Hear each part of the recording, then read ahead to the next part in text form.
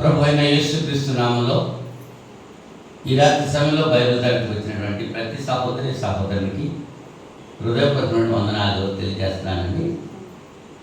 అలాగే ఆన్లైన్లో తరగతి వీక్షిస్తున్నటువంటి ప్రతి సహోదరి సహోదరునికి చింతపల్లిలో ఉండే క్రీస్తు సంఘం తరపుగా హృదయపూర్వకమైన వందనాలు తెలియజేస్తున్నాం. అంత బాగున్నారు కదా? ఓకే. దేవుని మహాదయ చెప్పున కృప చెప్పున ఈవేళ మనం ఈ క్షణంలో సజీవులుగా ఉన్నాం. అందుని బట్టి దేవునికి స్తుతులు మనం చెల్లించాలి. చిన్న వాక్యం చదువుకుని ప్రార్థన చేసుకున్నాం. తులసి పత్రిక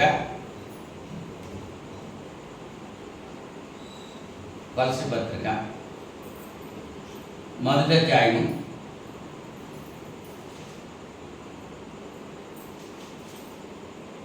17వ వచనం నుంచి 17వ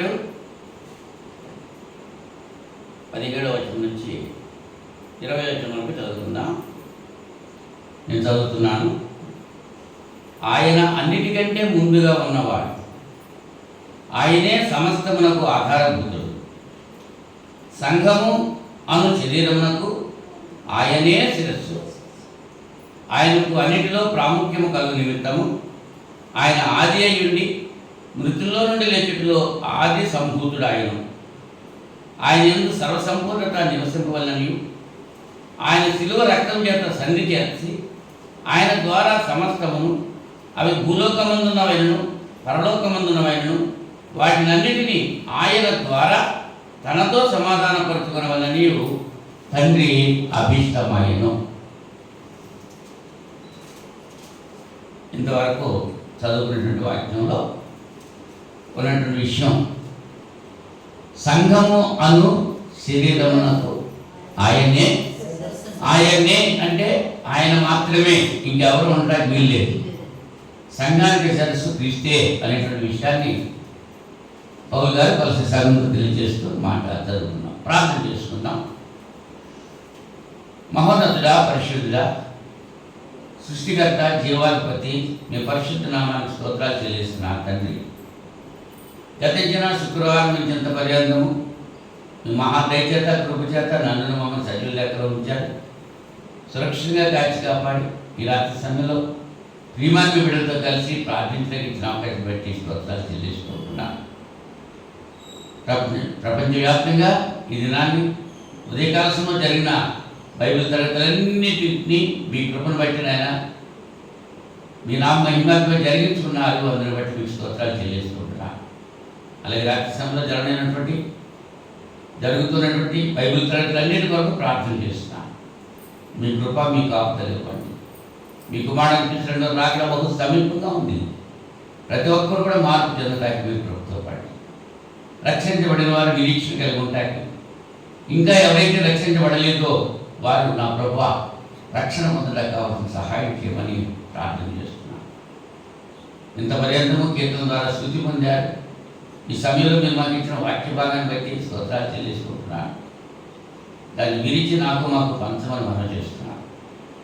మీ పక్షంగా నిలువబడి మాట్లాడుతుంటున్నాను. మరుగుపరచుకోండి. అపవిత్రమైన నా పిల్లలు కాల్చి పవిత్రపరచాలి. ప్రియమైన మీ బిడ్డలకు పరిశుద్ధుడు మీ లేఖనాలు అందించడానికి ఒక పనిముట్టుగా నన్ను వాడుకోండి. బిడ్డలు మీకు వాక్యం వింటుండగా వినే చెవులు, గ్రహించే ఆత్మ, లోబడి బుద్ధి ప్రసాదించండి. మీ వాక్యం ఎత్తబడుతుండగా అనారోగ్యంగా ఉన్నటువంటి బిడ్డలు స్వస్థత పొందడానికి, ఆయా అవసరత కలిగిన బిడ్డలకి అవసరత తీర్చడానికి ఆయన అన్ని విషయాల్లో మీ కృప మీ కాపుదలు ఇచ్చి మహిమ పొందండి. కొద్ది సమయము లేఖనాల ద్వారా మీరే మాతో మాట్లాడి మీ నామకు మహిమ తెచ్చుకుంటారని యేసుక్రీస్తు పరిశుద్ధ నీ నామములో ఈ ప్రార్థన అడిగి వేడుకుంటున్నాను పడకు తండ్రి. ఆమేన్. మరి ఒకసారి అందరికీ వందనాలు. గత శుక్రవారం సంఘము యొక్క ప్రాధాన్యత గురించి, సంఘం అంటే ఏమిటి, సంఘానికి వచ్చిన వాగ్దానము, సంఘం యొక్క పేరు, అలాగే సంఘము ఒక్కటే క్రీస్తు పేరు తప్ప వేరొక పేరు ఎందుకు ఉండకూడదో ఇత్యాది విషయాలన్నీ కూడా గత వారం మీతో ముచ్చటించడం జరిగింది. అయితే ఈ దినాన్ని సంఘ స్థాపనకు సంబంధించినటువంటి ప్రవచనాలు, సంఘం స్థాపించబడటం, సంఘము దేనితో పోల్చబడ్డది అనేటువంటి విషయాలు మనం ఆలోచన చేయడానికి ప్రయత్నం చేద్దాం. ఇంతవరకు సంఘం గురించి తెలియజేసిన పాఠంలో ఎవరికైనా ఏదైనా అనుమానం ఉంటే తెలియజేయమని అడిగాను. మీకు అనుమానాలు ఏమైనా ఉండో అంచేత అందుచేత అప్పుడు ఆ తర్వాత పాఠంలోనికి కొనసాగడానికి మనం ప్రయత్నం చేద్దాం. సంఘము స్థాపించడానికి ఉన్నటువంటి ప్రవచనాలు అంటే ఏ లేఖనంలో ఏ లేఖనం ఏదైనా సరే దేవుని యొక్క ఇష్టం లేకుండా జరగలేదు. పేతురు పత్రికలో చెప్తాడు, ఒకడు తన ఊహను బట్టి ప్రవచనము రాయబడలేదు. దేవుని యొక్క సంకల్పం. లేఖనాలను బట్టి యేసుక్రీస్తు పుట్టారు, లేఖనాలను బట్టి యేసుక్రీస్తు తిరిగారు, లేఖనాలను బట్టి యేసుక్రీస్తు సిలువ వేయబడ్డారు, లేఖనాలను బట్టి యేసు ప్రభు మరణించారు, లేఖనాలను బట్టి యేసు ప్రభు సమాధి చేయబడ్డారు, లేఖనాలను బట్టి యేసు ప్రభు మరణాన్ని తిరిగి లేపబడ్డారు, లేఖనాలు బట్టి ఆయన త్వరగా రాబోతున్నారు. ఇప్పుడు అన్నీ జరిగిపోయి ఇప్పుడు జరగాల్సిందేంటి? యేసు ప్రభు యొక్క రాకడ వస్తోంది. అంచేత ఒక వృద్ధ వ్యక్తి పాడుతున్నాడు, రాకడనే రైలు బండి వస్తుందని. చాలా బాగా పాడుతున్నాడు, వృద్ధుడే. అవునా? ఆ రైలు బండిలో వ్యక్తికి సిద్ధంగా ఉన్నావా లేదా అనేటువంటిది మరి పాట ద్వారా హెచ్చరించాడు. మరి సంఘము ఈ స్థాపించడానికి ప్రవచనం ఏమిటి, ఎప్పుడు నెరవేరింది అనేటువంటి విషయాన్ని మనం ఆలోచన చేద్దాం. ఆదికాండం 3:15 ఆదికాండము 3:15 ఆదాము అవ్వలు పాపంలో పడ్డ తర్వాత, అంటే దేవుడు వద్దన్నటువంటి పండి తిన్న తర్వాత వారు శపితమై ఉన్నారు, శాపగ్రస్తులైపోయి ఉన్నారు. అప్పుడు దేవుడు వారితో మాట్లాడేటువంటి విధానంలో ఆ హవముతో మాట్లాడుతూ సర్పంతో మాట్లాడేటువంటి మాటలు 3:15 మరియు నీకును స్త్రీకిని నీ సంతానమునకును ఆమె సంతానమునకును వైరము కలుగజేసేదను, అది నిన్ను తల మీద కొట్టును, నీవు దాన్ని మడి మీద కొట్టుదు అని సర్పంతో దేవుడు చెప్పాడు. సాతానుతో దేవుడు చెప్పిన మాటది, నీకును నీ స్త్రీకిని నీ సంతానమునకును ఆమె సంతానమునకును వైరము కలుగజేస్తాను అని చెప్పాను. ఆ సంతానము క్రీస్తు అనేటువంటి విషయాన్ని గలతీ పత్రిక 4:4 పరిశుద్ధాత్ముడు తెలియజేస్తున్నాడు. చూడండి, గలతీ పత్రిక 4:4. అయితే కాలము పరిపూర్ణమైనప్పుడు దేవుడు తన కుమారుని పంపెను, ఆయన స్త్రీయందు పుట్టి మనము దత్తపుత్రములు కావాలని ధర్మశాస్త్రములకు లోబడి ఉన్నవారిని విమోచించుటకై ధర్మశాస్త్రములకు లోబడిన వాడు ఆయన. ఎవరంటైనా యేసు ప్రభువారు దేవుడు తన కుమారుని పంపెను. పంపింది ఎవరు? తండ్రి అయిన దేవుడు. ఎవరిని పంపాడు? ఆయన కుమారుడైన క్రీస్తుని పంపాడు. ఎలాగ పంపాడు ఆయన? ఆయన స్త్రీ యందు పుట్టి అన్నాడు. మనము దత్తపుత్రులను కావాలని ధర్మశాస్త్రానికి లోబడి ఉన్న వారిని విమోచించటకై ధర్మశాస్త్రములకు లోబడిన వాడు ఆయన. ధర్మశాస్త్రానికి లోబడిన వారిని ధర్మశాస్త్రం నుంచి విడిపించడానికి ఆయన కూడా ధర్మశాస్త్రానికి లోబడ్డాడు. ఇది నెరవేరింది అక్కడ. అంచేత యేసు ప్రభు వారు మరణించడంతో దేవాలయపు తెర నడిమికి రెండుగా చిరిగిపోయింది. అతి పరిశుద్ధ స్థలానికి పరిశుద్ధ స్థలానికి మధ్య ఆ ఆ తెర అన్నది తప్పిపోయింది. పౌలు గారు అంటాడు, మీకును మాకును అడ్డుగా ఉన్నటువంటి ఆ ధర్మశాస్త్రమైనటువంటి గాడి విరగొట్టబడ్డది అంటున్నాడు. మీకు మాకు అని పౌలు గారు అంటున్నారంటే, మీకు అంటే అన్యులకి, మాకు అంటే యూదులకి. పౌలు యూదులు కనుక అన్యులతో మాట్లాడుతూ మీకు మాకు అన్నాడు. అడ్డుబాటు తొలగిపోయింది. సంఘ స్థాపనకి క్రీస్తు ప్రభు అంటే నీ సంతానానికి, స్త్రీ సంతానానికి విరోధం కలిగజేస్తున్నారు. అబ్రహాముతో మాట్లాడుతూ 22వ అధ్యాయంలో, ఆదికాండం 22వ అధ్యాయము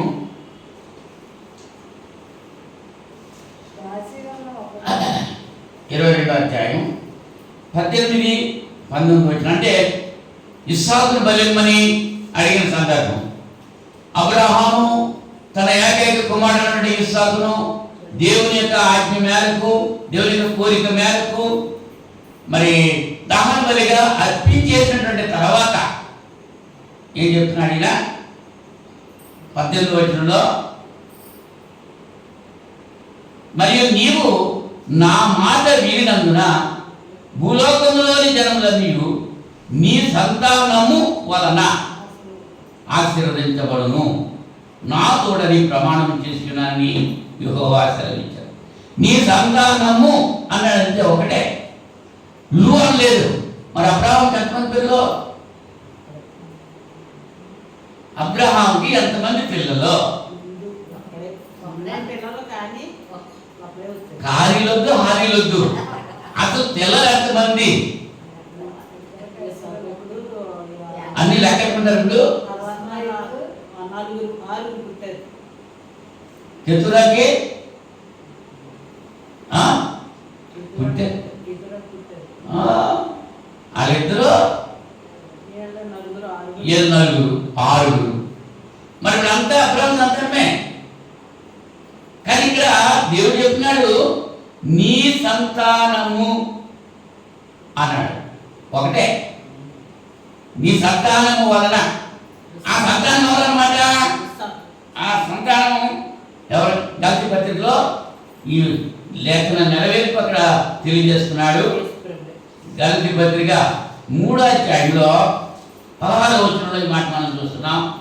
3వ అధ్యాయం 16వ వచనంలో, అబ్రహామునకు అతని సంతానమునకును వాగ్దానములు చేయబడెను, ఆయన అనేకులను గూర్చి అన్నట్టు సంతానములకును అని చెప్పక ఒకరి గూర్చి అన్నట్టే నీ సంతానమునకును అని.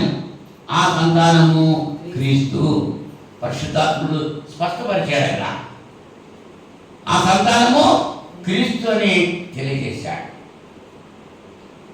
దావీదు గురించి తెలియజేసినప్పుడు సమూయేలు 2వ గ్రంథం,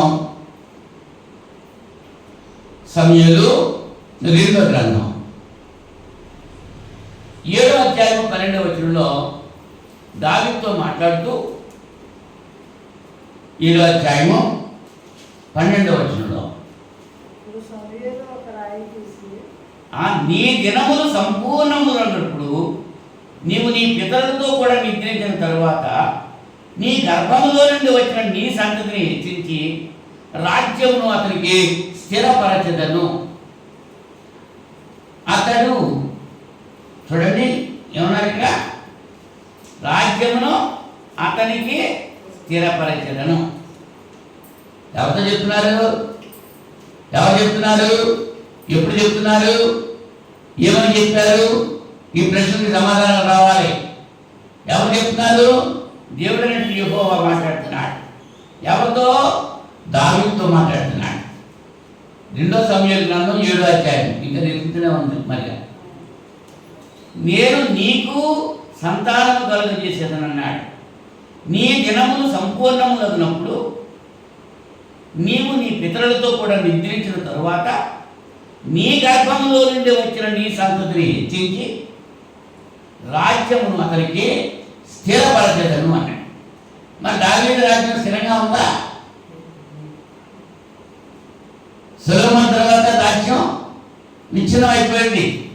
ఉత్తర రాజ్యము, దక్షిణ రాజ్యము విడిపోయారు. స్థిరంగా ఉందా? మరి ఆ రాజ్యం గురించి చెప్పాడా దేవుడు? మరి ఏ రాజ్యం గురించి చెప్పాడు? ఏ రాజ్యం గురించి చెప్పాడమ్మా?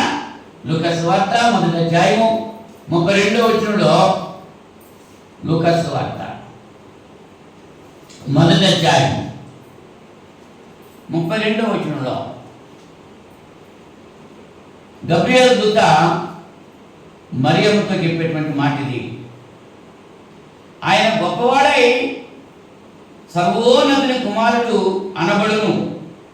ప్రభువైన దేవుడు ఆయన తండ్రి అయిన దావీదు సింహాసనమును ఆయనకిచ్చును.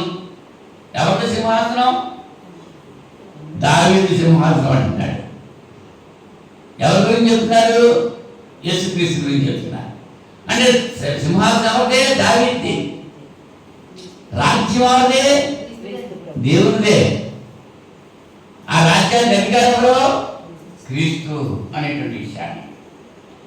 అలాగే దానియేలు గ్రంథం 2వ అధ్యాయం 44వ వచనంలో, దానియేలు గ్రంథం 2వ అధ్యాయం 44వ వచనంలో, 44వ వచనం, ఆ రాజుల కాలములలో పరలోకమందున దేవుడు ఒక రాజ్యము స్థాపించును, దానికి అన్నిటికీ నాశనము కలగదు. ఆ రాజ్యము దాన్ని పొందిన వారికి కాక మరెవరికి చెందదు.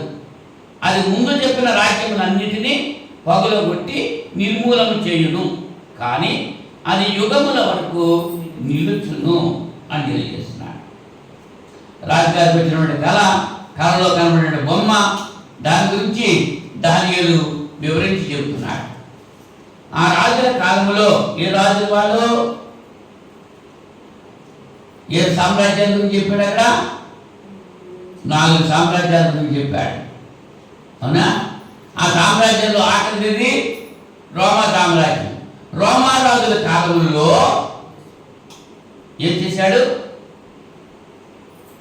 నెబుకద్నెజరు రాజుతో దానియేలు చెప్తున్నాడు. అది ఆ రాజుల కాలములలో పరలోకమైన దేవుడు ఒక రాజ్యం స్థాపించును. ఆ రాజ్యం గురించి చేతి సహాయము లేనటువంటి రాయి, ఆ రాయే ఈ బొమ్మలో ఉన్నటువంటి ఈ పాదాలు, తోడలు, ఉదరము, రొమ్ములు, చివరికి తల అన్ని కూడా తుత్తులుగా చేసేస్తుందంట ఆ రాయి. ఆ రాజ్యాలన్నీ స్మాష్ అయిపోయి ఈ రాజ్యం నిలుస్తుంది. ఆ రాజ్యమే క్రీస్తు యొక్క సంఘము అనేటువంటి విషయాన్ని ఇక్కడ మనం చూడాలి. సంఘము స్థాపించబడటానికి లేఖనాలు ఉన్నాయి. లేఖనాల ఆధారంగా, అంతేగాని ఆటోమేటిక్గా అప్పుడుగా వచ్చేసింది కాదు సంఘము. యెషయా గ్రంథం 2వ అధ్యాయము 2-3 వచనాల్లో, యెషయా గ్రంథం 2వ అధ్యాయం 2-3 వచనాల్లో,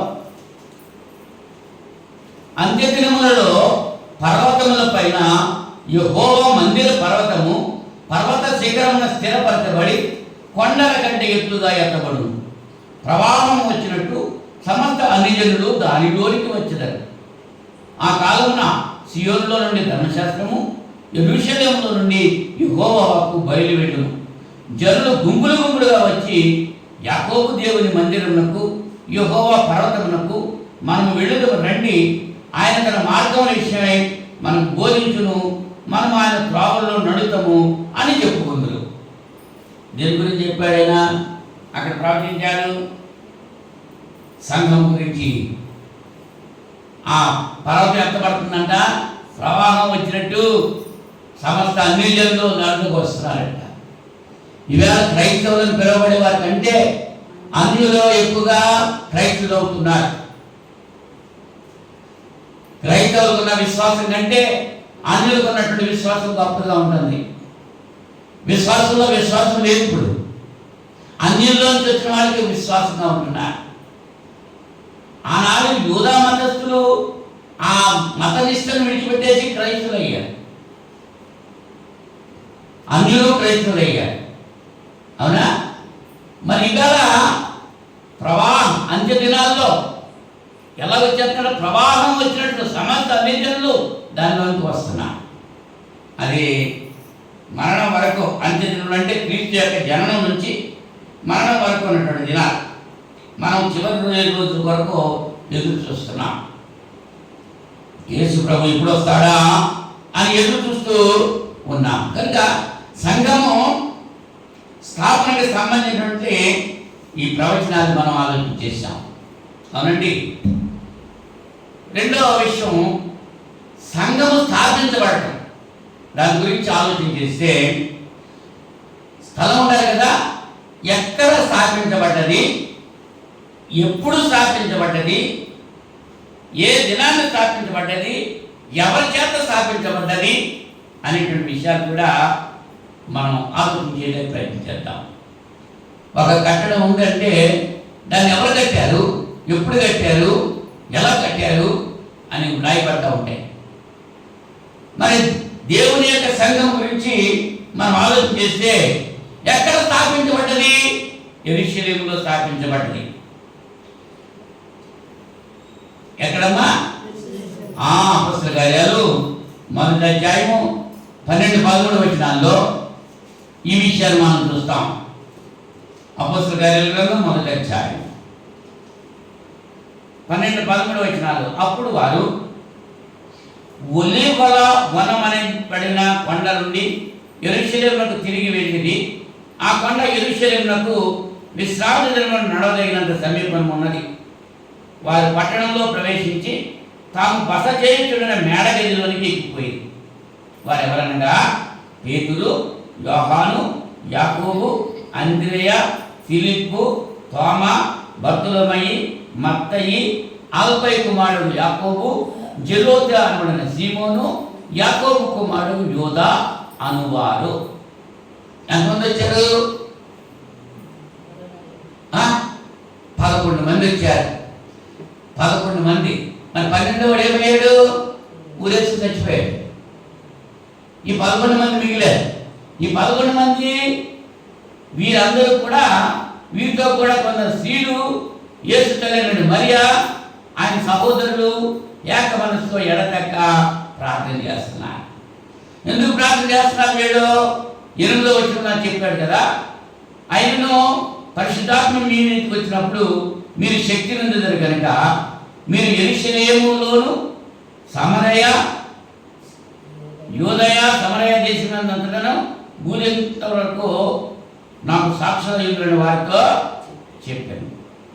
అక్కడ 7వ వచనం చూడండి, పరిశుద్ధాత్మ మీ మీదకి వచ్చినప్పుడు మీరు శక్తి నొందగలరు కనుక మీరు యెరూషలేములోను యూదయలోను అంటున్నాడు. ఆ శక్తి పొందే వరకు మీరు యెరూషలేము విడిచిపెట్టి వెళ్ళవద్దు అన్నాడు. అంటే యెరూషలేములో ఉన్నాడు. యెరూషలేములో ఒలీవల వనమాన కొండ దగ్గర నుంచి యెరూషలేముకి వెళ్ళారు. అది విశ్రాంతి దినాన్ని నడవదగిన దూరం. అంటే విశ్రాంతి దినాన్ని 7.5 మైళ్ళు నడవచ్చు.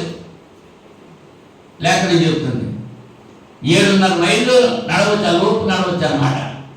నడవదగినంత అన్నాడు. విశ్రాంతి దినమున నడవదగినంత సమీపమున ఉన్నది. అక్కడికి వెళ్ళారండి.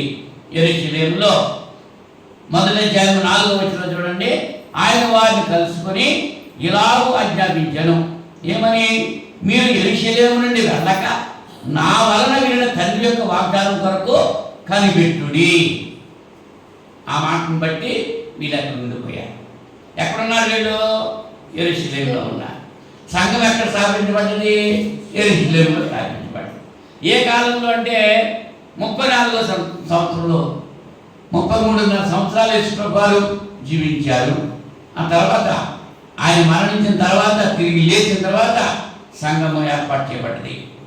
ఏ దినాన్ని అంటే పెంతెకొస్తు పండుగ దినాన్ని. 2వ అధ్యాయం 1వ వచనంలో, అపొస్తలుల కార్యాలు 2వ అధ్యాయం 1వ వచనం చూడండి, పెంతెకొస్తు పండుగ దినం వచ్చినప్పుడు అందరూ ఒక చోట కూడి ఉండిరి. ఈ పెంతెకొస్తు పండుగ ఆదివారం వస్తుంది. ఆదివారము పెంతెకొస్తు అంటే 50 దినాల పండుగ.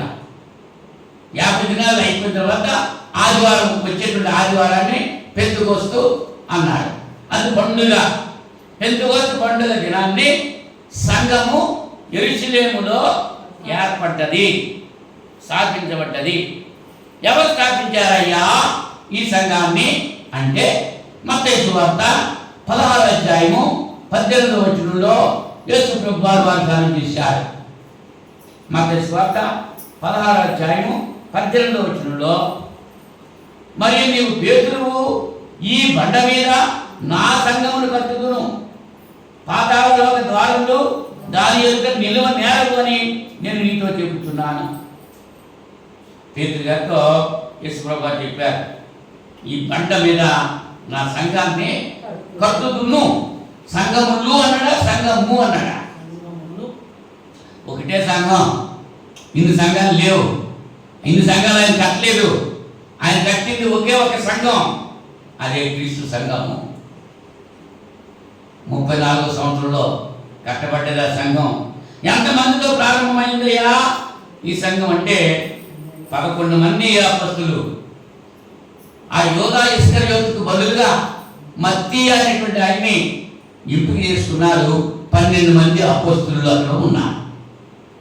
ఆ 12 మంది అపొస్తలులతో సంఘము ఏర్పాటు చేయబడ్డది. అవునా? ఈ చింతపల్లి గ్రామంలో 13 చేత సంఘము స్థాపించబడ్డది. ఎంతమంది ఉన్నారు అప్పుడు మీరు లేరు, మీరు లేరు, 13 ఉన్నారు. అక్కడ మీ మీ ఇంటి దగ్గర మీటింగ్ పెట్టినప్పుడు ఎంతమంది ఉన్నారు అప్పుడు సంఘంలో? అప్పుడు 13 ఉన్నారు. 13 దేవుని కృపను బట్టి అభివృద్ధి చెందారు. అలాగా సంఖ్యలో దిగిపోతున్నారు. మళ్ళీ నాణ్యత లేదు అని చెప్పి తగ్గిపోతున్నారు. అవునా? అంతకంతకు ఎదగాల్సింది పోయి ఏమయ్యారు? దిగజారుతున్నారు. ఎంతమందితో ప్రారంభించబడ్డదంటే 12 మంది అపొస్తలులతో, ఇంకా ఉన్నటువంటి వారితో. దానికి శిరస్సు ఎవరయ్యా? ఆ సంఘానికి శిరస్సు ఎవరు? ఖచ్చితంగా చెప్తున్నాడు. కొలస్సీ పత్రిక 1వ అధ్యాయము 18వ వచనం. కొలస్సీ పత్రిక 1వ అధ్యాయం చూడండి. పరిశుద్ధాత్ముడు నిజం చెప్తాడా, అబద్ధం చెప్తాడా? గ్రంథంలో రాయబడ్డది యథార్థమా కాదా? దాన్ని ఒప్పుకోవాలా అక్కర్లేదా? 18వ వచనం చూడండి. కొలస్సీ పత్రిక 1వ అధ్యాయము 18వ వచనంలో, సంఘము అను శరీరమునకు ఆయనే శిరస్సు, ఆయన కన్నికలో ప్రాముఖ్యం కలుగు నిమిత్తము ఆయన ఆది అయ్యుండి మృతుల్లో నుండి లేచుటలో ఆది సంభూతుడాయను. సంఘము అను శరీరమునకు ఆయనే శిరస్సు. ఆయనే శిరస్సు అంటే ఆయన ఒక్కడే శిరస్సు, ఇంకెవ్వరూ ఉండడానికి వీల్లేదు అని పరిశుద్ధాత్మ చెబుతున్నాడు. దేవుని సంబంధం అయిన వాడు దేవుని మాట వింటాడు, దేవుని మాటలో నడుస్తాడు. పరిశుద్ధ గ్రంథం తెలియజేసేది సంఘానికి శిరస్సు ఒక్కడే, ఆయన క్రీస్తు అనేటువంటి విషయాన్ని తెలియజేస్తున్నాడు. దానికి మరి పేరే పెట్టాలమ్మా, సంఘానికి పేరుంటూ ఉండాలి కదా. ఏం పేరు పెట్టాలి? అది మన పేరేమి? రోమపత్రిక 16వ అధ్యాయము 16వ వచనంలో, రోమపత్రిక 16వ అధ్యాయము 16వ వచనంలో, పవిత్రమైన ముద్దు పెట్టుకొని ఒకరికొకడు వందనములు చేయుడి, క్రీస్తు సంఘములన్నీ మీకు వందనములు చెప్పుతున్నవి. ఏ సంఘమ్మా? ఏ సంఘం పేరు ఉందా? లేదు, బైబిల్లో లేదు, లోపల ఉన్నాయి. లోపల ఎన్ని సంఘాలు? కొన్ని వేల సంఘాలు ఉన్నాయి. కానీ బైబిల్లో ఉన్నది ఒకే ఒక సంఘం. అది ఏ సంఘం అన్నమాట? క్రీస్తు సంఘము అనేటువంటి విషయం ఈ లేఖనాలను బట్టి మీకు తెలియజేస్తాను.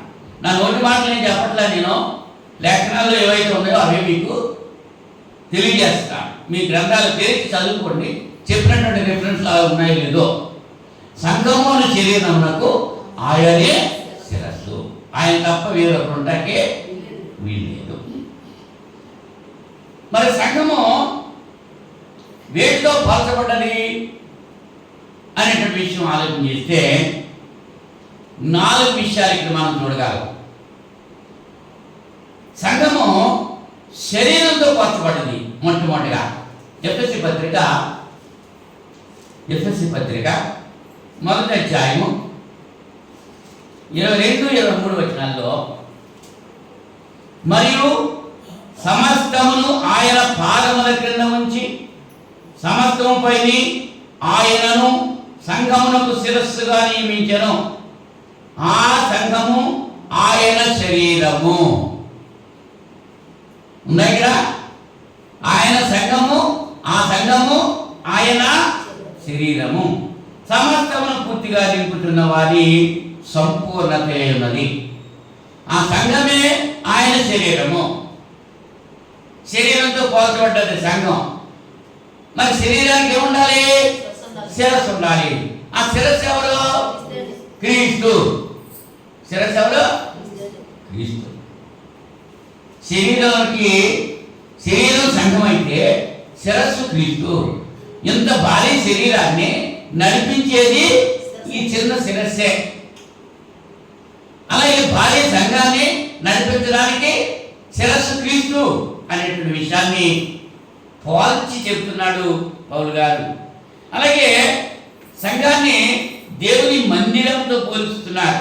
2వ అధ్యాయంలో, ఎఫెసీ పత్రిక 2వ అధ్యాయంలో 19వ వచనం నుంచి, కాబట్టి మీరిక మీదట పరజనులను పరదేశులనై ఉండగా పరిశుద్ధులతో ఏకపట్టునతులను దేవుని ఇంటి వారునై ఉన్నారు. క్రీస్తు యేసే ముఖ్యమైన మూలరాయి ఉండగా అపొస్తలులను ప్రవక్తలను వేసిన పునాది మీద మీరు కట్టబడి ఉన్నారు. ప్రతి కట్టడము ఆయనలో చక్కగా అమర్చబడి ప్రభునందు పరిశుద్ధమైన దేవాలయమునకు వృద్ధి పొందుతున్నది. ఆయనలో మీరు కూడా ఆత్మ మూలముగా దేవునికి నివాస స్థలమైనకు కట్టబడుచు ఉన్నారు. ఎందుకు పోల్చడమ్మా? మందిరముతో పోల్చాడు. ఆత్మ సంబంధమైన మందిరం పునాది క్రీస్తే. ఆ పైన కట్టబడుతున్నాము. మనము సజీవమైన రాళ్లము. ఒక్కొక్క రాయి కట్టబడుతున్నది. టాప్ వేసారా అంటే లేదు. ఇంకా ఎన్ని రాళ్ళు కట్టాలో, ఇంకా ఎన్ని సజీవమైన రాళ్ళు ఉండాలో. మరి పునాది కనబడుతుందా? ఆ పునాది మార్చడానికి వీల్లేదు. ఆ పునాది క్రీస్తే. వేయబడిన తప్ప వేరొక పునాది వేయడానికి. మనం ఇల్లు కట్టుకోవాలంటే పునాది తెస్తాం కదా. ఆ పునాది ఒక చోట చూసి ఇల్లు ఇంకో చోట కట్టుకుంటామా? కట్టుకోము. పునాది మీదే కట్టుకుంటాం. పునాది మీద ఇల్లు కట్టిన తర్వాత పునాది కనపడతా మనకి? కనపడదు. క్రీస్తుని మనం ధరించుకున్న తర్వాత మనం కనపడకూడదు, క్రీస్తే కనపడాలి. అవునా? దేవుని మందిరంతో పోల్చబడ్డది దేవుని యొక్క సంఘము. మూడవదిగా దేవుని కుటుంబంతో పోల్చబడ్డది సంఘం. ఎఫెసీ పత్రిక 3వ అధ్యాయంలో 14 నుంచి మనం చదివితే, ఈ హేతువు చేత పరలోకమునందును భూమి మీదను ఉన్న ప్రతి కుటుంబము ఏ తండ్రిని బట్టి కుటుంబం అని పిలువబడుతున్నదో ఆ తండ్రి యొక్క నేను మోకాళ్ళుని మీరు అంతరంగ పురుషుని యందు శక్తి కలిగి ఆయన ఆత్మ వలన బలపరచబడినట్లుగాను క్రీస్తు మీ హృదయంలో విశ్వాసం ద్వారా నివసించినట్లుగాను తన మహిమైశ్వర్యం చొప్పున మీకు దయచేయవలనియు మీరు దేవుని సంపూర్ణత యందు పూర్ణులగునట్లుగా ప్రేమ యందు వేరుపారి స్థిరపడి సమస్త పరిశుద్ధులతో కూడా దాని వెడల్పు, పొడుగు, లోతు, ఎత్తు ఎంతో గ్రహించుకున్నట్టును జ్ఞానమునకు మించిన క్రీస్తు ప్రేమను తెలుసుకున్నట్టును తగిన శక్తి గలవారు కావాలని ప్రార్థిస్తున్నాను అంటున్నాడు పౌలు గారు. అవునండి, దేవుని యొక్క కుటుంబము, సంఘము దేవుని యొక్క కుటుంబంగా పోల్చబడ్డది. ప్రతి కుటుంబము ఏ తండ్రిని బట్టి కుటుంబం అని పిలువబడుతుందో, కుటుంబంలో తండ్రి ఉన్నాడు, తల్లి ఉంటుంది, బిడ్డలు ఉంటారు, అన్నదమ్ములు ఉంటారు, అక్క చెల్లెలు ఉంటారా? ఇదంతా కుటుంబం. అలాగే సంఘంలో కూడా సంఘము కుటుంబంలో పోల్చబడ్డది. సంఘం అనేటువంటి కుటుంబంలో యజమాని దేవుడు, తండ్రి అయిన దేవుడు, మన పెద్ద అన్నగారు యేసుక్రీస్తు. మనమంతా కూడా ఆయనలో అన్నదమ్ములము. All Indians are my brothers and sisters అని ప్రతిజ్ఞ చేస్తూ ఉంటారు. భారతీయులంతా నా సహోదరులను ప్రతిజ్ఞ చేస్తూ ఉంటారు. ఎంతవరకు సహోదరులు కలిసి ఉంటున్నారు. ఆడు వీడు కొట్టుకుంటమే, ఆడు వీడు చదువుకుంటమే. నేను కాక మొన్న మరి పెంటపాడు గ్రామంలో సొంత మేనలుని ఓ పీచి గారు కత్తితో సంఘంలోనే దేవుని యొక్క మందిరంలో రాత్రి 12 గంటలు దాటిన తర్వాత కత్తితో నరికేశాడంట. సొంత మేనల్లుడిని మేనమామ చంపేశాడు. ఎవరండి? అన్యుడు కాదు, సేవకుడు. అతను మంచివాడు కాదు, రౌడీ షీటర్ అంటే అతను రౌడీ షీటరే. అయినా సరే మరి మేనమామే చంపేశాడు. సేవకుడు అయ్యుడు కూడా ఏం చేయాలి మరి? యేసు ప్రభు మరి పేతురు మలుపు చెవులు నరికేస్తే యేసు ప్రభు ఏం చేశాడు? దాన్ని మళ్ళీ అతికేశాడు. కత్తిని పట్టుకున్నాడు, కత్తితో చేస్తాడు. నీ కత్తి తీసి వరలో పెట్టుకొని పేతుని గద్దించి ఆ చెవు మళ్ళీ అతికేశాడు. అది క్రీస్తు ప్రేమ. మరి మనం క్రీస్తు మనసు కలిగి ఉన్నామా? ఇంకా కక్షలు కార్యాలు పగలు పెంచుకుని ఇంకా దారుణమైనటువంటి విషయాలు జరిగిపోతున్నాయి. ఏంటో తెలుసా? ఒక అమ్మాయి తన సొంత అన్నగారిని పెళ్లి చేసుకుంది. ఎంత దారుణాలు జరుగుతున్నాయో అర్థమవుతుందా మీకు? అంటే భ్రష్ట మనసుకు దేవుడు అప్పగించేశాడు. రోమపత్రికలో 1వ అధ్యాయంలో చెప్పాడు, సత్యమునకు చెవియబట్టలేదు అంచేత వీళ్ళని ఏం చేశాడు? దేవుడు భ్రష్ట మనసుకు అప్పగించేశాడు. అంటే దేవుడు అప్పగించేశాడు. అంత దారుణాలు జరుగుతున్నాయి. అర్థమవుతుందా? ఇప్పుడైనా మార్చొందా? ఇప్పుడైనా మనసు మార్చుకుంటున్నారా?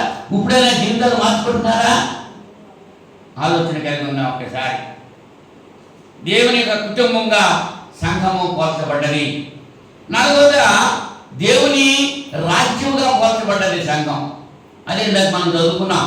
కొలసీ పత్రిక 1వ అధ్యాయము 18వ వచనంలో చూడండి. కొలసీ పత్రిక 1వ అధ్యాయము 18వ వచనంలో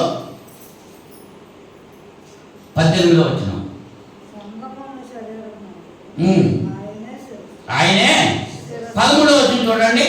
ఆయన మనలను అంధకార సంబంధమైన అధికారములో నుండి విడుదల చేసి తాను ప్రేమించిన తన కుమారుని యొక్క రాజ్య నివాసులుగా చేశారు. ఎవరి రాజ్యం? ఆయన కుమారుడైన రాజ్యం, క్రీస్తు యొక్క రాజ్యము. దేవుడు మనల్ని ప్రేమించాడు. అంధకార సంబంధమైన అధికారంలో నుంచి, అంటే సాతాను అధికారంలో నుంచి, లోకంలో నుంచి మనల్ని విడుదల చేసి తాను ప్రేమించిన తన కుమారుని యొక్క రాజ్య నివాసులుగా మనల్ని చేశాడు. ఆ రాజ్యమే ఆయన సంఘము. సంఘము రాజ్యంతో పోల్చబడ్డది. అయితే ఈ దినాన్ని ఈ సంఘము శరీరంతో ఎందుకు పోల్చబడ్డది? క్రీస్తు శరీరంతో సంఘం ఎందుకు పోల్చబడ్డది అనేటువంటి విషయాన్ని మనం చూస్తే, శరీరం అనేటువంటి సంఘం అవయవాలు ఉన్నాయి. ఇప్పుడు ఈ శరీరంలో చేతులు ఉన్నాయి, కాళ్ళు ఉన్నాయి, రకరకాల అవయవాలు ఉన్నాయి కదా. ఈ అవయవాలన్నీ కూడా దేని క్షేమం కొరకు ప్రయత్నం చేస్తూ ఉంటాయి? శరీరం అంతటి కొరకు. శరీరం అంటే ఇవన్నీ కలిస్తే శరీరం అయింది. ఈ శరీరంలో తల తీసేసామనుకో దాన్ని ఏమంటారు? ముండెం అంటారు. ఈ శరీరంలో చెయ్యి తీసేసామనుకో ఆయన ఏమంటారు? కుంటోడు అంటారు. మంచోడు అంటారు, కుంటోడు అంటారు. ఉంటాడు. అన్ని అవయవాలు ఉంటేనే ఈ శరీరం మంచిది. కొరింథీ మొదటి పత్రిక 12వ అధ్యాయము, కొరింథీ మొదటి పత్రిక 12వ అధ్యాయం 27వ వచనంలో, మీరు క్రీస్తు యొక్క శరీరమై ఉండి వేరువేరుగా అవయవములై ఉన్నారు అంటున్నాడు. ఎలాగా? 26 నుంచి చెప్తాను చూడండి, లేకపోతే ఇంకా పైనుంచి కూడా చదవచ్చు. 24 నుంచి, సుందరములైన మన అవయవములకు ఎక్కువ సౌందర్యం అక్కర్లేదు. అయితే శరీరములో వివాదము లేక అవయములు ఒకదానినొకటి ఏకముగా పరామర్శించులాగున దేవుడు తక్కువ దానికే ఎక్కువ ఘనత కలుగజేసి శరీరమును అమర్చున్నాడు. కాగా ఒక అవయవము శ్రమపడినప్పుడు అవయవములన్నీ దానితో కూడా శ్రమపడును. ఒక అవయవము ఘనత పొందినప్పుడు అవయవములన్నీ దాంతో కూడా సంతోషించు. అవునా? ఒక అవయవానికి దెబ్బ తగిలిందనుకో, శ్రమ వచ్చిందనుకో, మిగిలిన అవయవాలన్నీ అనుభవిస్తాయి అనుకుంటా. కాళ్ళలో పుచ్చుకున్న ముళ్ళు కాలుకే కదా మిగిలిన హ్యాపీగా ఉంటాయా?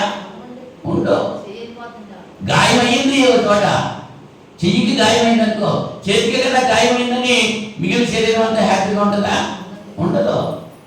అలాగే మంచి స్వీట్ వండేసింది, స్వీట్ తింటుంది. ఎవరు తింటారు స్వీటు? నాలుగు తింటుంది, నోరు తింటుంది.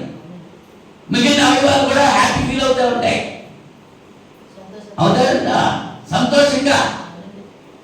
అంటే ఒక అవయవం శ్రమ పడితే మిగిలిన అవయవాలన్నీ శ్రమ, ఒక అవయవం సంతోషిస్తే మిగిలిన అవయవాలన్నీ సంతోషిస్తాయి. అటువలే అన్నాడు ఇక్కడ.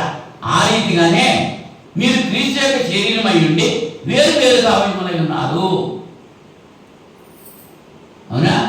అందుకని కొంతమంది అపొస్తలులు ఉన్నారు, కొంతమంది ప్రవక్తలు ఉన్నారు, కొంతమంది బోధకులు ఉన్నారు, కొంతమంది అద్భుత కార్యాలు చేసేవారు ఉన్నారు, కొంతమంది స్వస్థపరిచేవారు, కొంతమంది పరిచయం చేసేవారు. అందరూ కూడా శరీరంలో అవయవాలు. ఇప్పుడు చెయ్యి చేసే పని చేయి చేస్తుంది, కన్ను చేసే పని కన్ను చేస్తుంది, కాలు చేసే పని కాలు చేస్తుంది, ముక్కు చేసే పని ముక్కు చేస్తుంది. అలాగే సంఘంలో ఉన్నటువంటి సభ్యులంతా కూడా ఎవరి పని వాళ్ళు చేస్తూ ఉండాలి. వాడు పాటలు పాడవచ్చు, వాడు ప్రార్థన చేయొచ్చు, ఒకరు నిద్రవచ్చు, ఒకరు శుభ్రం చేయొచ్చు, ఒకడు ఈ ఫ్యాన్ తొడగచ్చు. ఎవరి పని వాళ్ళు, ఎవరి సామర్థ్యం చెప్పిన వాళ్ళు చేస్తూ ఉండాలి. అప్పుడే సంఘం క్షేమాభివృద్ధి పొందుతుంది. ఎఫెసీ పత్రిక 1వ అధ్యాయము 22-23 వచనాల్లో, ఎఫెసీ పత్రిక 1వ అధ్యాయం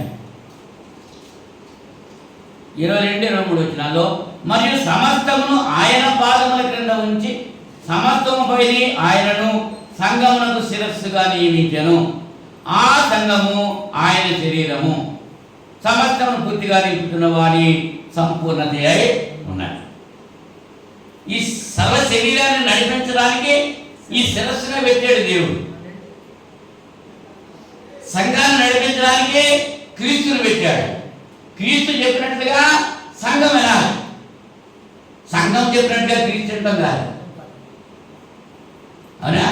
శరీరంతో పోల్చాడు. ఎందుకు పోల్చబడ్డా అంటే క్రీస్తే, శిరస్సు క్రీస్తే అని గ్రహించాలి. శిరస్సు అంటే అర్థం ఏంటి? నడిపించేవాడని. ఎవరు నడిపిస్తారు? పోషించి సంరక్షించేవాడు నడిపిస్తాడు. ఎఫెసీ పత్రిక 5వ అధ్యాయము 29వ వచనంలో, పెళ్లికి మాత్రమే చదివి పెట్టేస్తారు. ఈ 29వ వచనంలో, తన శరీరమును ద్వేషించిన వాడు ఎవరు లేడు కానీ ప్రతివాడు దాన్ని పోషించి సంరక్షించుకోను. శరీరాన్ని ఎవరి శరీరాన్ని నలుపుకుంటారా? ఎవరో పిచ్చోళ్ళు ఎత్తి కొట్టుకుంటారు. అలాగా శరీరాన్ని దెబ్బలు కొట్టేసుకుని, కొరడాలతో కొట్టేసుకుని, బేట్లతో పోసేసుకుని చేస్తున్నారు కొంతమంది భక్తులు. బతికారు కొట్టున్నారు. అది ఎవరి శరీరం పాడు చేసుకుంటారా? ఈ శరీరాన్ని పాడు చేసుకోవు. అలాగే క్రీస్తు కూడా తన శరీరాన్ని పాడు చేస్తాడా? తన శరీరాన్ని పోషించి సంరక్షిస్తూ ఉంటాడు. అవునా? అందుకోసమే కదా మరి ఈ శరీరము ఎప్పుడు పోషించబడుతుంది? శిరస్సు నుంచి వేరుగా ఉంటే పోషించబడతారా? శిరస్సుతో కలిసి ఉంటే పోషించబడతారా? మరి సంఘము క్రీస్తును హత్తుకుంటే ఆ సంఘము సజీవంగా ఉంటుంది. క్రీస్తును హత్తుకోకుండా వేరొకరిని పెట్టుకుంటే జీవం ఎక్కడి నుంచి వస్తుంది? ఇప్పుడు మనం మాట్లాడాలంటే ఎక్కడుంది? శిరస్సులో ఉంది. చూడాలంటే ఎక్కడున్నాయి? వినాలంటే ఎక్కడున్నాయి? తినాలంటే ఎక్కడున్నాయి? పీల్చాలంటే ఎక్కడుంది? అన్ని శిరస్సులో ఉన్నాయి. రిమోట్ అది. ఆ శిరస్సే ఈ శరీరాన్ని నడిపిస్తుంది. ఈ లోపల మెదడును చూశారు, ఆ మెదడు నడిపిస్తున్నమాట. కండరాలు ఉంటాయి, నియంత్రణ కండరాలు, అనియంత్రణ కండరాలు అనుకుని ఉంటాయి. మనం మనం చెప్పక్కర్లేదు, అవి ఆటోమేటిక్గా చేసుకుని పోతూ ఉంటాయి. ఆటోమేటిక్గా మనకు కాల్లో ముళ్ళు గుచ్చుకుందనుకో, ముళ్ళు గుచ్చుకుంటే అక్కడ ఎంత పని జరుగుతుందో తెలుసా? నువ్వు వెంటనే ఏం చేస్తావు? చెయ్యి అక్కడికి ఎందుకు వెళ్ళిపోతుంది? ఎవరు చెప్పారు? ఈ మెదడు చెప్తుంది. కాల్లో ముళ్ళు గుచ్చుకుంది చూడు అని కంటికి చెప్తుంది, తీసేయని చెయ్యి చెప్తాడు. ఆజ్ఞాపించేది ఎవరో? శిరస్సు. అర్థమైందా? ఆ ముళ్ళు గుచ్చుకున్నా సరే మెదడులో ఊరుకున్నాడంటే అడిగి మెదడు పనిచేస్తుంది అనమాట, ముద్దు పడిపోయింది అనమాట. శిరస్సు శరీరాన్ని నడిపించేది శిరస్సు అనేటువంటి విషయం ఇక్కడ గుర్తించాలి. శిరస్సు సంఘాన్ని పోషించి సంరక్షిస్తుంది. క్రీస్తు ప్రభు సంఘాన్ని పోషించి సంరక్షిస్తాడు. అలాగనే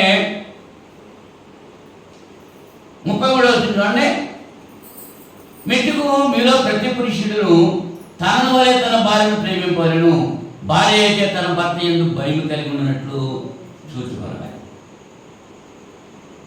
భర్తలకు భయపడి భార్యలు అనుకున్నాను కదా, ఆధార్ కార్డు కట్టుకుని బస్సకి తిరిగేస్తున్నాను.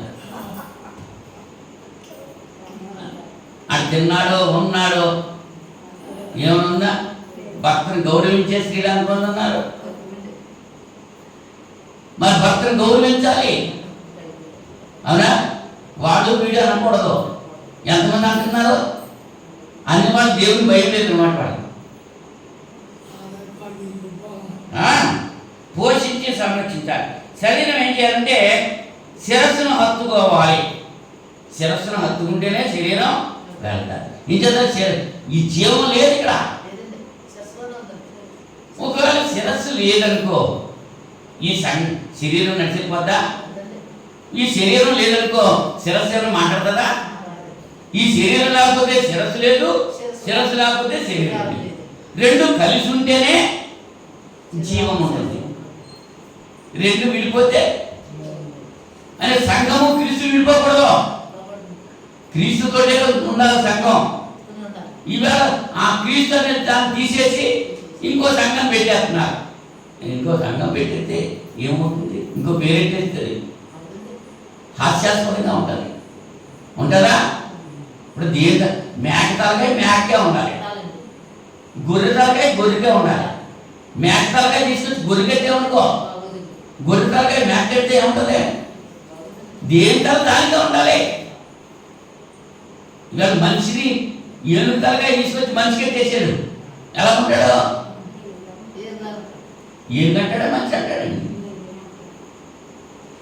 ఆలోచించండి, మనిషిలా ఉన్నాడా? లేదు. మరి ఈ ఈ తలకాయ తీసేసి కోతి తలకాయ ఎత్తేమంటే ఇక్కడ ఏమంటారు? కనుక సంఘము అను శరీరానికి క్రీస్తు మాత్రమే శిరస్సుగా ఉండాలని పరిశుద్ధాత్ముడు చెప్తున్నాడు. మనుషులు చెప్పట్లేదు, మనుషులు వేరే వేరే చెప్పేస్తున్నారు. కానీ గ్రంథంలో ఏమిటో ఉందో అవయవములు ఐక్యత కలిగి ఉండాలి. అదే కొరింథీ పత్రికలో చెప్తున్నాడు. కొరింథీ పత్రిక మొదటి పత్రిక 12వ అధ్యాయము 12వ వచనం నుంచి చక్కగా వివరిస్తున్నాడు. చూడండి, ఎలాగూ శరీరము ఏకమై ఉన్నను అనేకమైన అవయవములు కలిగి ఉన్నవో, ఎలాగూ శరీరం యొక్క అవయవములు అన్నీ అనేకములై ఉన్నను ఒక్క శరీరమై ఉన్నవో, అలాగే క్రీస్తు ఉన్నాడు. ఎలాగనగా యూదులమైనను గ్రీసు దేశస్థులమైనను దాసులమైనను స్వతంత్రులమైనను మనమందరూ ఒక్క శరీరంలోనికి ఒక్క ఆత్మ యందే బాప్తిసం పొందితిమి. మనమందరము ఒక్క ఆత్మను పానం చేసిన వారమైతిమి. శరీరం ఒక్కటే అవయవముగా ఉండగా అనేకమైన అవయవములుగా ఉన్నాయి. నేను చెయ్యి కాను కనుక శరీరంలోని దాని కాను అని పాదం చెప్పినంత మాత్రాన శరీరంలోనిది కాకపోలేదు. మరి నేను కన్ను కాను కనుక శరీరంలో దాన్ని కాను అని చెప్పి చెవి చెప్పినంత మాత్రాన శరీరంలోది కాకపోలేదు. శరీరం అంతయు కన్ను అయితే వినుటే ఎక్కడ? అంతయు వినుటే అయితే వాసన చూసేది ఎక్కడ? అయితే దేవుడు అవయవములలో ప్రతిదాన్ని తన చిత్త ప్రకారము శరీరంలో ఉంచెను. అవన్నీ ఒక్క అవయవం అయితే శరీరం ఎక్కడ? అవయవములు అనేకములైనను శరీరము ఒక్కటే. ఏమ్మా అర్థమైందా? జరిగింది. ఇప్పుడు మనం ఇంట్లో కావాల్సిన ఫర్నిచర్ ఉండాలి, అన్నీ కావాలి. టేబుల్స్ కావాలి, కుర్చీలు కావాలి, బీరువాలు కావాలి, అన్ని కావాలక్కర్లేదా? అన్నీ ఉండాలి. మరి నేను అన్ని నాకు కుర్చీ ఉంటే సరిపోతుందని గదంతా ఇల్లంతా కుర్చీతో నింపేసి అనుకో, బాగుంటుందా? కాపురం చేయడం ఉంటుందా? మరి ఎక్కడ పడుకుంటావు, ఎక్కడ తింటావు, ఎక్కడ బస్సు పెట్టుకుంటావు? అన్నీ ఉండాలి. అని ఒకటి ఉండాలి, అన్నీ ఒకటే ఉండకూడదు.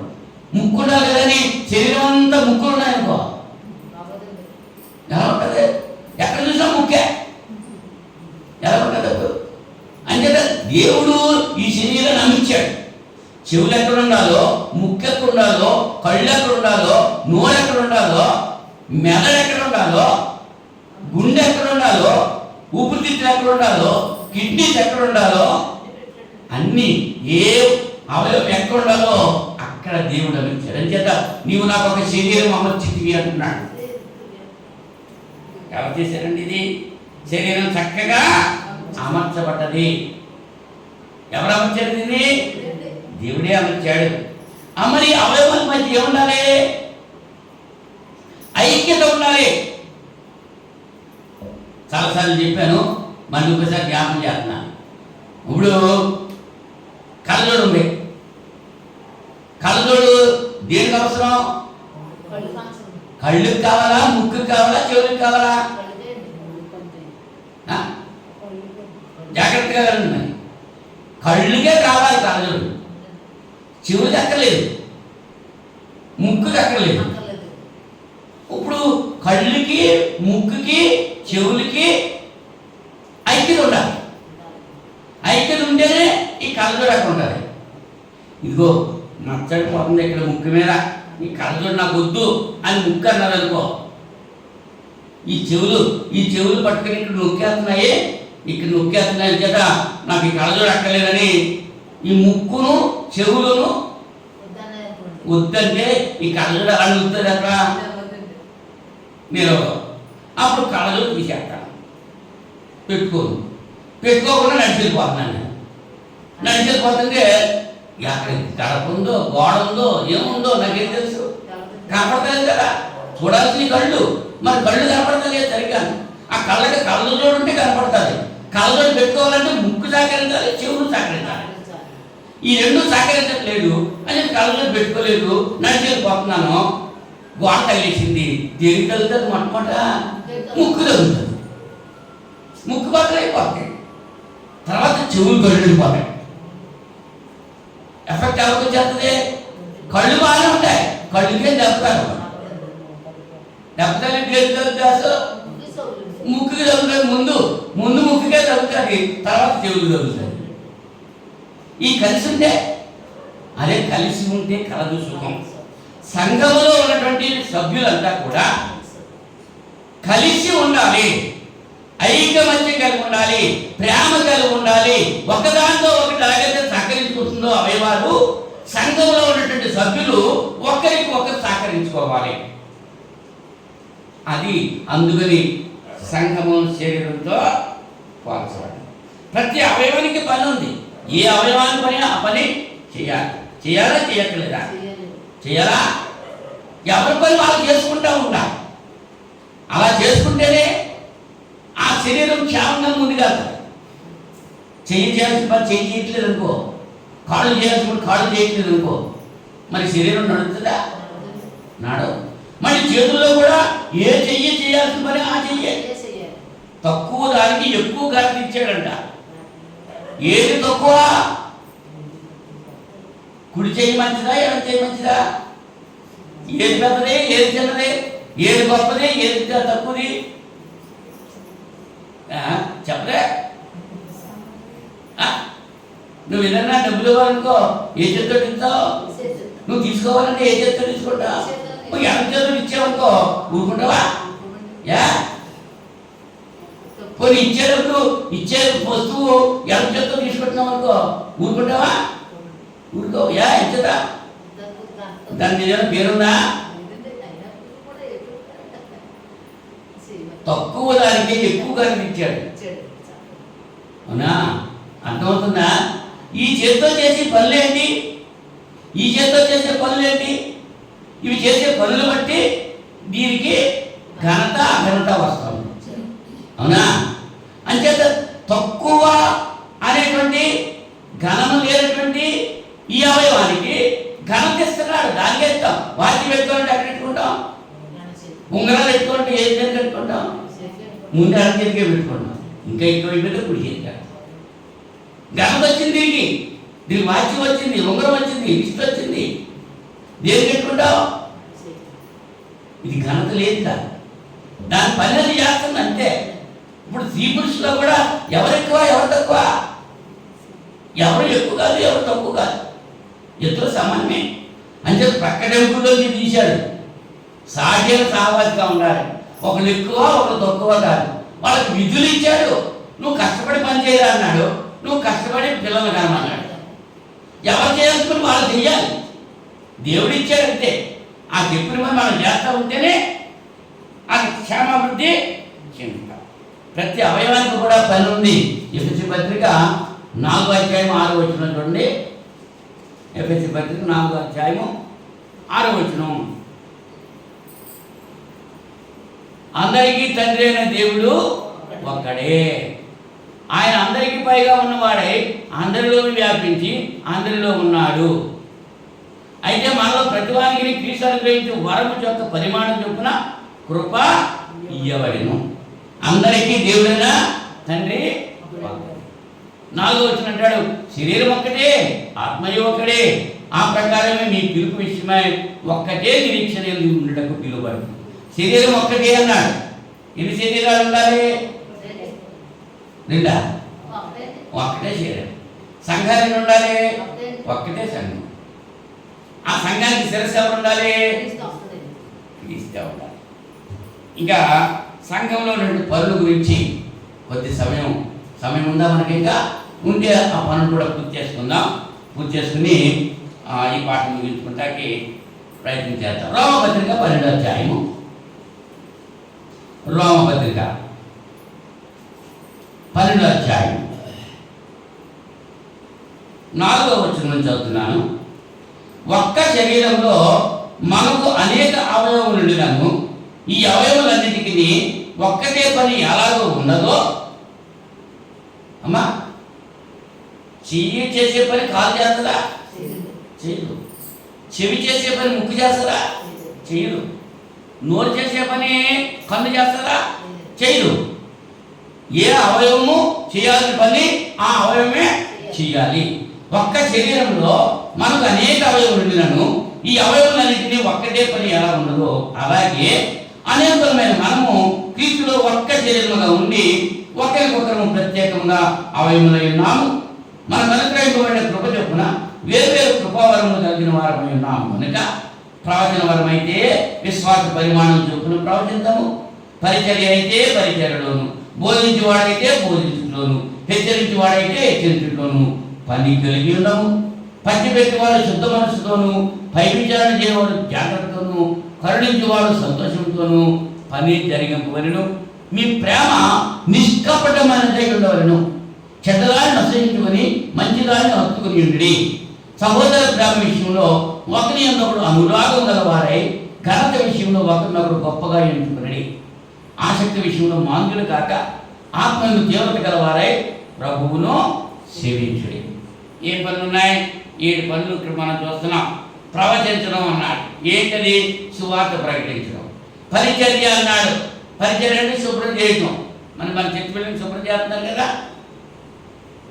కదా, మరి ఈ నెలలో రాంబాబు దంపతులు చేస్తున్నారు. ఇవాళ కూడా వచ్చి చేసేవారు.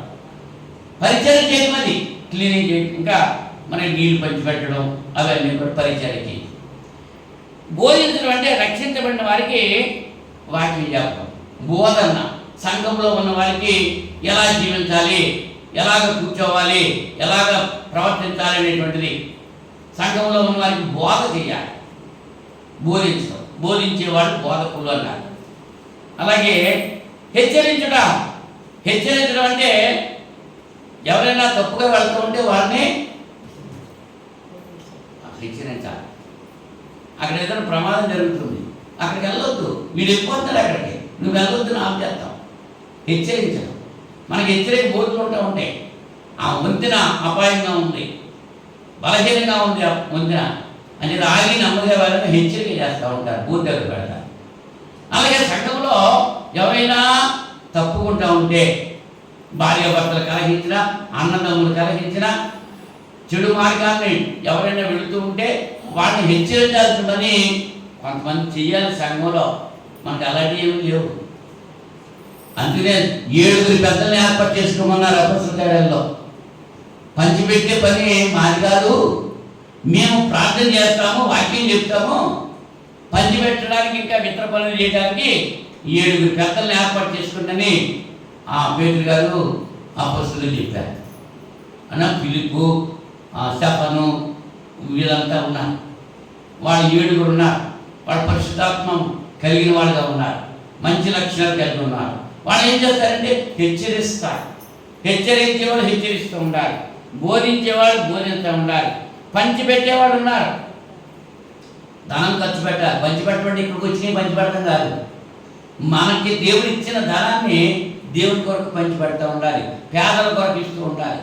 పేదల కొరకు నువ్వెళ్ళి నేను ఇచ్చేది అది కౌంట్లోకి రాదు. ఎవరు ఇవ్వాలి? సంఘం ఇవ్వాలి. సంఘము ద్వారా కార్యక్రమాలు జరగాలి. అంతే తప్ప నా ఇష్టానుసారంగా నేను, నీ ఇష్టానుసారంగా నువ్వు చేయటం లేదు. పంచిపెట్టడం అనేది పై విచారణ చేయమంటే పెద్దలు అనమాట. వాళ్ళు ఎలా చెప్తున్నారు, ఆ కుటుంబం ఎలా ఉంది, ఈ కుటుంబం ఎలా ఉంది, వాళ్ళ వ్యక్తులు ఎలా ఉన్నారు, వాళ్ళ కుటుంబంలో సభ్యులు ఎలా ఉన్నారు, తల్లి ఎలా ఉంది, తండ్రి ఎలా ఉన్నాడు, ఇవన్నీ కూడా ఒకవేళ మార్గం తప్పితే ఒక పిల్లలు తల్లిదండ్రులు మాట వింటారు, వాళ్ళని గర్తించి చెప్పడం, హెచ్చరించడం ఆ బాధ్యత ఎవరిదనమాట. అది పై విచారణ చేసేటువంటి పని పెద్దలు. మరి ఇదివరకు సంఘంలో పెద్దలు ఉండేవారు. ఇప్పుడు కొన్ని గ్రామాల్లో పెద్దలు ఉంటారు. పెద్దలు అంటే ఆ పెద్ద మనిషి వచ్చేటప్పటికి వీళ్ళు దాక్కుంటూ ఉంటారు, మాట్లాడుతూ. లోగడ బూతులు తిరగంటే తీసుకెళ్ళి మెడలో తిరగడమే కట్టేసి ఈలో నిలబెట్టేసేవారు.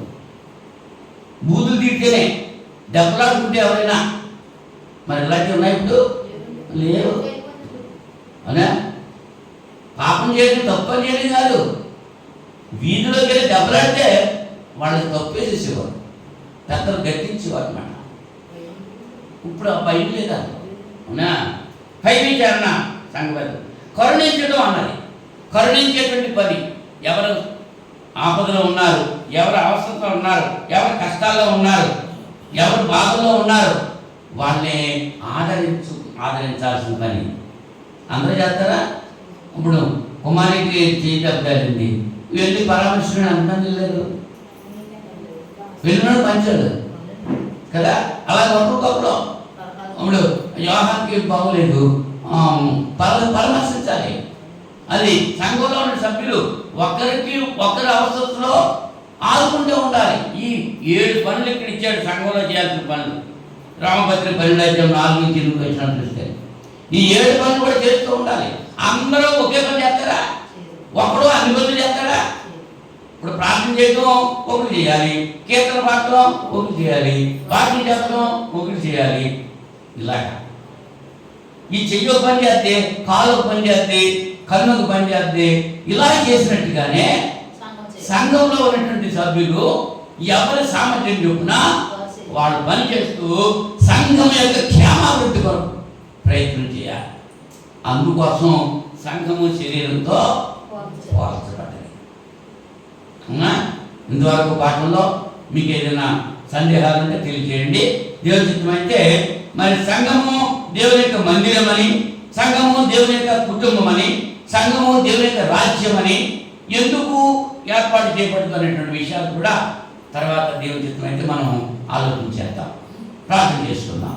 మహోన్నతుడా, పరిశుద్ధుడా, జీవాధిపతి, సృష్టికర్త మీకు స్తోత్రాలు. ఇలాంటి సమయంలో నా ప్రభావితమైన వాక్యం బిడ్డల హృదయాల్లో బదిలిపరచుకోవడానికి సహాయం చేయండి.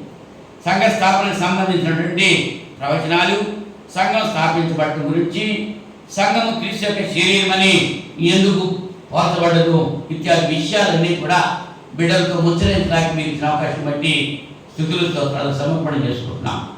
విన్న ప్రతి బిడ్డలు దీవించండి, మీ కృపలో భద్రపరచండి. విత్తబడిన వాక్యం బిడ్డ హృదయాలు ఫలించి 30 అరవై ఫలించే సహాయం చేయండి. నాయన ఇలాంటి సమయంలో ఈ తరగతిని మీరు నడిపించిన విధానాన్ని బట్టి కృతజ్ఞతలు తెలియజేస్తున్నాను. ఆయా ప్రాంతాల్లో జరుగుతున్న తరగతులన్నింటి వరకు ప్రార్థన చేస్తున్నాను. ఈ రాత్రిలో తరగతి ముగించుకొని మా గృహాలకు వెళుతున్నాం. ఈ రాత్రిలో మంచి నిద్ర మాకు దయచే. దుష్టుడు సాతాను ఏ రీతిగా ముట్టుకోవడం మీ కాపు కలిపండి. మీ చిత్తమైతే రేపు ఉదయకాల సమయంలో లేచి వేగంగానే సృష్టితో పాటు లేచి మనం స్థుతించే భాగ్యం దయచే. సంఘంలో ఉన్న ప్రతి కుటుంబం కూడా ఉదయము సాయంకాలము మీ సన్నిధిలో నాయన స్థుతిగానాలు సమర్పణ చేస్తూ వాటిని ధ్యానిస్తూ ప్రార్థిస్తూ నాయన రక్షణ సునాదాలు వారి వారి గృహాల నుంచి విల్లు గడవడానికి మీరు సహాయం చేయమని ప్రార్థన చేసుకుంటున్నా. మీ చిత్తమైతే మీ కుమారుడిని తీసుకురాకడ ఆలస్యమైతే మరొకసారి మేము కలిసి మేము స్తుతించి గణపరిచి ప్రార్థించే భాగ్యం దయచేయమని ఈ ప్రార్థన మా రక్షకుడు మీ ప్రియ కుమారుడైన యేసుక్రీస్తు నామములో వేడుకుంటున్నాను పరలోకపు తండ్రి. ఆమేన్. ఆమేన్. అందరికీ వందనాలు.